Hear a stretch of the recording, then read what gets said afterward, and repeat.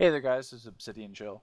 I've got another video from the test server for you guys today. This one is in regards to, I guess you could say, more leaked information regarding the Legends PvE feats and Legends PvE content.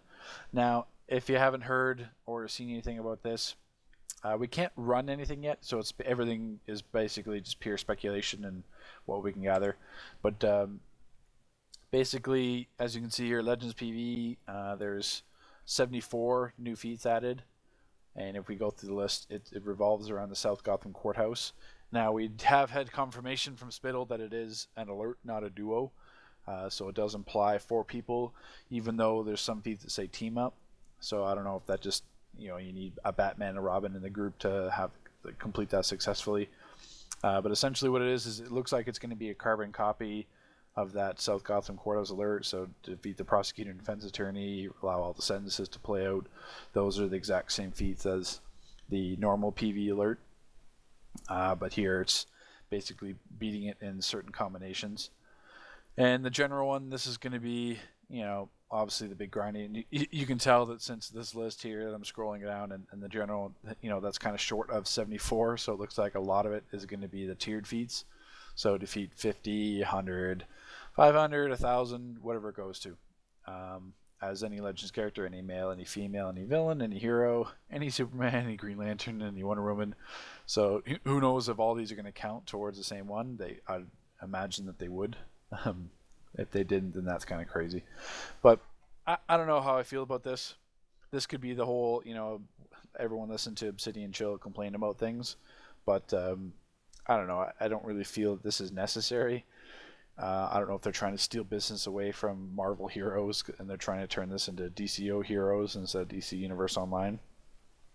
But I just look at this as a distraction, basically. Let's give people Legends because they think it's fun, and we'll shove more Legends down their throats. And for all the people that are the elitists and hardcore players, they get 10 skill points, which is the rough total that someone calculated on the forums. I'm not sure if he saw the rest of the tiered feats or not, but he said around 10 skill points. So obviously, if it is 10 skill points, which would make sense if those are all tiered feats and they'll go up to the 2-star, 3-star ones, so it could get close to 10. That would be the largest, induction of skill points in this game has ever seen, considering that most DLCs are only like 2 or 3 skill points each. So it's, I don't know. I know that people will say that survival mode is basically the same thing.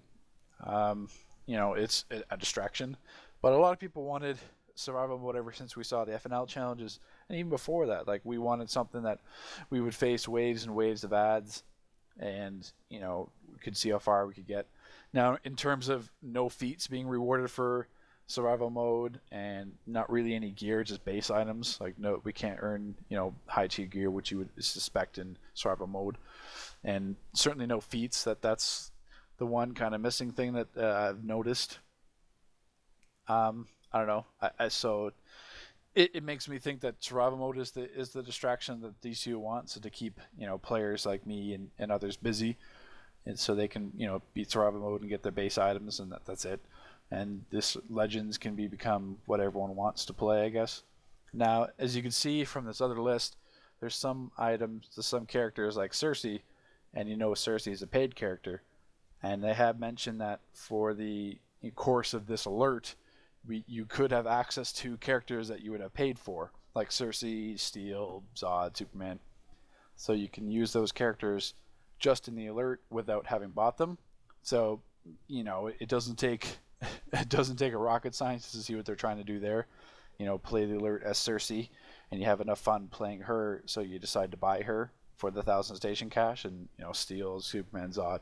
So it's they're trying to make money off it, which you can't fault them. Obviously, they're in there to make money, but I feel that they're going to be putting a lot of effort into something like this, where it could be made. The more thought could be put into DLCs, revamping power sets. There's still the vast majority of power sets without weapon mastery mechanics. Obviously they're going to say that they're working on that at the same time, but if they're doing stuff like this and Legends PvE, and if they're going to come up with a bunch of different alerts that we're supposed to do with that, and obviously 50 legends, 1,000. So that's a whole lot of South Gotham Courthouse alerts if you have to do everything like this. So this is going to take, you're not going to get this done in a day. If you have to do, if it goes up to 1,000 like some of the other ones did, or even 500 South Gotham Courthouse alerts as like all these different Legends characters are going to take a while. So it wouldn't surprise me, since it's a PvE events, that they're going to add more than just South Gotham Courthouse in the future. So obviously that's more time being spent into Legends than it is on actual things that matter in the game. So I don't know, take it how it is. I'm not a fan. I've never really overly been a fan of Legends. I understood that there was 2 parts to this game, Legends and power sets and everything else, just as there was Legends PvP and Arena PvP. And I don't know. I don't know if they're just trying to steal business from Marvel Heroes and turn this game into DCO Heroes. I don't know.